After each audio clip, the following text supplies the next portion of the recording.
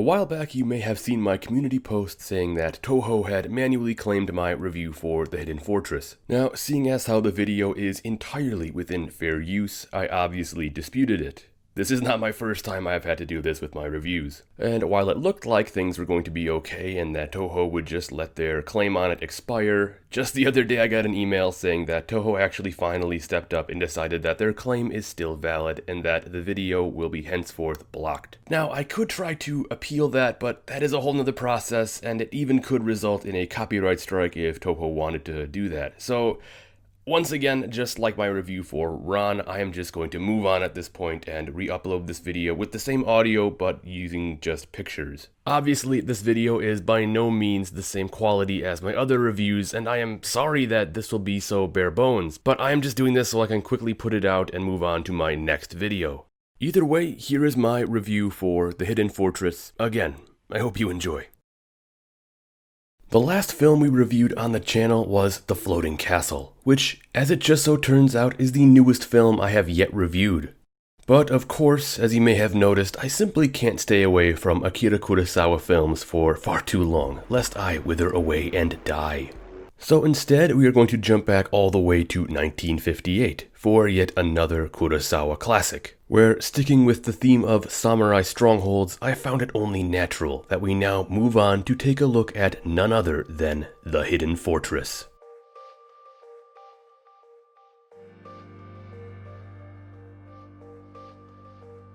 By 1958, Akira Kurosawa had become internationally the best-known Japanese filmmaker, having previously released internationally successful period films such as Rashomon, Seven Samurai, and Throne of Blood, all films I have already covered on the channel. However, his current success and fame had not come without scrutiny and skepticism. Although his films were being extremely well received abroad, at home in Japan, he was being ostracized for his techniques that came off as heavily westernized. This had caused him to go through various production woes during each of the aforementioned films, and thus never totally winning over Japanese film studios with his historical drama ideas. Yet as his international success began to grow greater and greater, Japanese studios, critics, and audiences could start to no longer ignore his presence in the industry. This brings us to 1958, where his next project would be something a little different, a film that would begin to show a shift within Kurosawa and his work. A film that moved slightly towards a route of safety, a period piece that would appeal more to a mass audience. The film he would deliver would be yet another highly influential work. The Hidden Fortress is, for me personally, an odd film. It's a film that shows a clear tonal shift for Kurosawa, a shift away from more serious and poetic samurai films to more jazzy and somewhat flashy films. Of course, this would not be a permanent trend, as later in life he would return to more serious and poetic pieces like Kagemusha and Ran. But for now, his style was clearly changing, perhaps influenced by increased stress from studio demands or from his own personal artistic intuition. Either way, this new style would still prove successful. It's the same style he would exhibit in films such as Yojimbo and Sanjuro. But with that said, how does it work here? What did Kurosawa do in The Hidden Fortress that makes it clearly different from his previous productions? Well, let's dive in and find out. As in most of my other film reviews, I will be going through some spoilers, so if you haven't seen The Hidden Fortress, just know you have been warned. The film follows Tahe and Matashichi, two lowborn villagers that decide to go off and find glory in war, only to instead have everything hopelessly backfire. Out on their own and on the run from the Yamana clan, which surprisingly, as you may know, was a real historical samurai clan, they end up falling into a crazy situation involving the surviving members of the nearly wiped out Akizuki clan, another historically real clan. Being that Tahe and Matashichi are both greedy men trying to find their way to fame and fortune, they are easily manipulated by none other than Toshiro Mifune, who plays a former samurai general known as Rokurota Makabe, who promises the two riches of gold in exchange for their assistance. Their goal is to transport not only the gold, but more importantly the only surviving heir to the Akizuki, Princess Yuki, across the Yamana-controlled territory and into safety, where she can properly rebuild her clan. Now, that's a pretty solid synopsis, and if all you knew about this film was the plot, you'd probably think it's some sort of adventure story. But like all Kurosawa films, it goes so much deeper. In reality, the heaviest theme in the film is morality. How to act nobly and justly, from the lowest peasant to the highest lord. How can we live our lives as good people in an ugly world? And what is so fascinating is that this is a story told from the perspective of two utter scumbags, Tae and Matashichi. These guys are just awful. From robbing the dead to stealing from each other, ditching those in need, and even trying to rape Princess Yuki on more than one occasion. Yet they present a fantastic lens in which we view the film, due to just how stark the contrast is between them and the more stoic and noble figures such as Makabe and Yuki.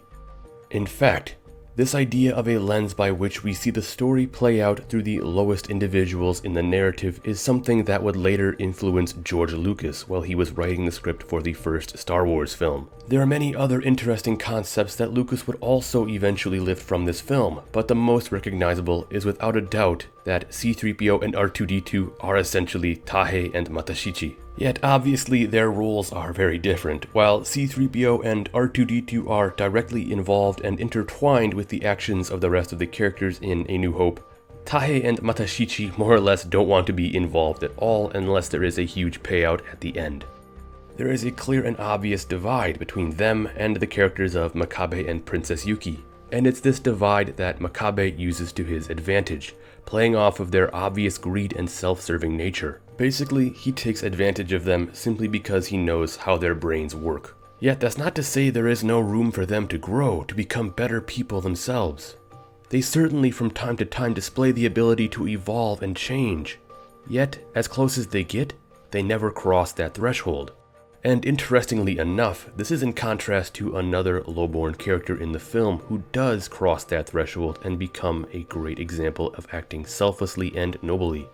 This woman right here, a prostitute who runs away to join the group after they sort of stick up for her. Although she is lowborn, she acts with incredible dignity, protecting the princess and even sacrificing herself to save others.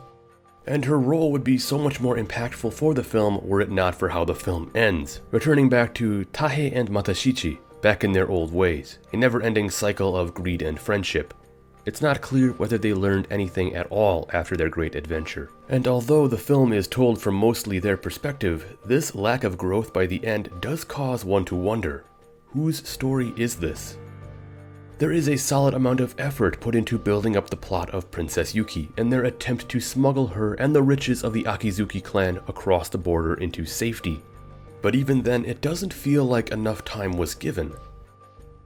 Scenes like her crying at the weight on her shoulders of losing everything and having to rebuild her clan from nothing doesn't hit nearly as hard as it should. The relationship between Mifune's character Makabe and a rival general he sparked a friendship with doesn't impact me anywhere as much as the film probably wants it to. But that doesn't mean we didn't have enough time or we could have grown more attached to these characters and this plot. The first act focuses heavily on the antics of Tae and Matashichi, so much so that it actually starts to cause the film to drag. This leads me to believe that if Kurosawa could have split the opening act much more evenly between the characters, I know a far more compelling overall narrative could have been delivered, one that I think could have been much more investing. Eventually, I begin to grow bored with these two, and finally, by the time Makabe enters the film, he is such a welcome addition. Every scene involving Makabe and Princess Yuki is far more engaging. While I don't think they were given enough time for us to become fully emotionally invested in their endeavors, the plot and the roles were still interesting nonetheless. From Yuki having to take the role of a lower-class woman and a mute to Makabe using his wit and perseverance in order to keep the group out of danger, all goes together to still create an enjoyable time. Not to mention the incredible level of tension between the two, with Makabe coming off as almost a stern fatherly figure to the rebellious princess. In fact, if anything, Mifune's performance as Makabe in this film is a masterclass on presence, as he just emits such a commanding aura that you simply cannot look away from. If you need to be reminded why Toshiro Mifune is so great, go watch this film. Besides the problems that I have with the characters and pacing of this film, it does have many other redeeming qualities and reasons I do think you should check it out. Of course, it goes without saying that the cinematography is outstanding. Classic Kurosawa. From the surprising opening scene to the action-packed sequences involving Mifune. Hell, there's even a spear duel in this film, which is really a standout. Whereas most samurai films feature a classic duel with katanas, The Hidden Fortress throws that idea out the window and gives us one of the best fight scenes I've ever seen in a samurai film. And it's all done with Yari spears.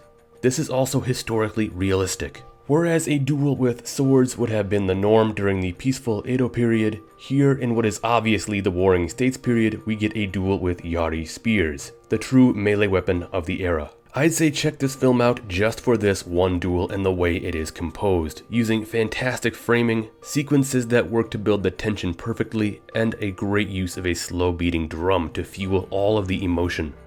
But branching off of that, in terms of music, the rest of the film doesn't have too much to remember. Besides the climactic music at the beginning, or the music during the duel which I just mentioned, it all works, but it's nothing that will stay with you. Nothing as memorable as the themes from, say, Seven Samurai or Rashomon. But lastly, because I always like to touch on it, let's briefly return to take a look at the film's historical accuracy for the period. As I already mentioned, this film obviously takes place during the Sengoku Jidai, Japan's age of warring states. Yet it isn't until we finally hear that familiar crack of a firearm going off that we know just where we are in the period, in the latter half of the 16th century. Another key indicator of the period may in fact be the castle Tahe and Matashichi find themselves in early on. We never see the whole castle, but due to the size and scale of the stone architecture we are shown, this is obviously a later period modern samurai castle influenced by the design of Azuchi. Thus, this film must be taking place at some point between 1580 and 1600. And of course, something else cool I've already mentioned is the fact that Kurosawa used real historical clans for this film. Although it is quite clear, the setting he establishes is entirely historical fiction, as the Yamana clan existed in western Honshu and the Akizuki existed on Kyushu. They never bordered like they are shown to in this film. But that's not really a big issue here. I don't mind this kind of tweaking. I just think it's cool that he even used historical clans to begin with. As for the rest of the film, from what I can tell, it seems to follow period norms pretty well. From the Yari to the firearms, to the armor, to the town atmosphere, this film historically does a great job. So, after all said and done, what would I rate The Hidden Fortress? I know my opinion on this film may have appeared a bit more harsh than a lot of others who have previously examined it, but interestingly enough, based on the way I rate my films, this one comes out with 3 stars out of 4. Yes, it does have issues with pacing and character development. Yet, on the other hand, it still does an outstanding job with its cinematography, tone, and its historical accuracy to the period. Not to mention, we all know what this film would later help to influence down the line. So this is a film I would recommend, yet just be forewarned, the first act can be a bit sluggish. But with that said, have you seen The Hidden Fortress? If so, what do you think about it? Let me know in the comments below.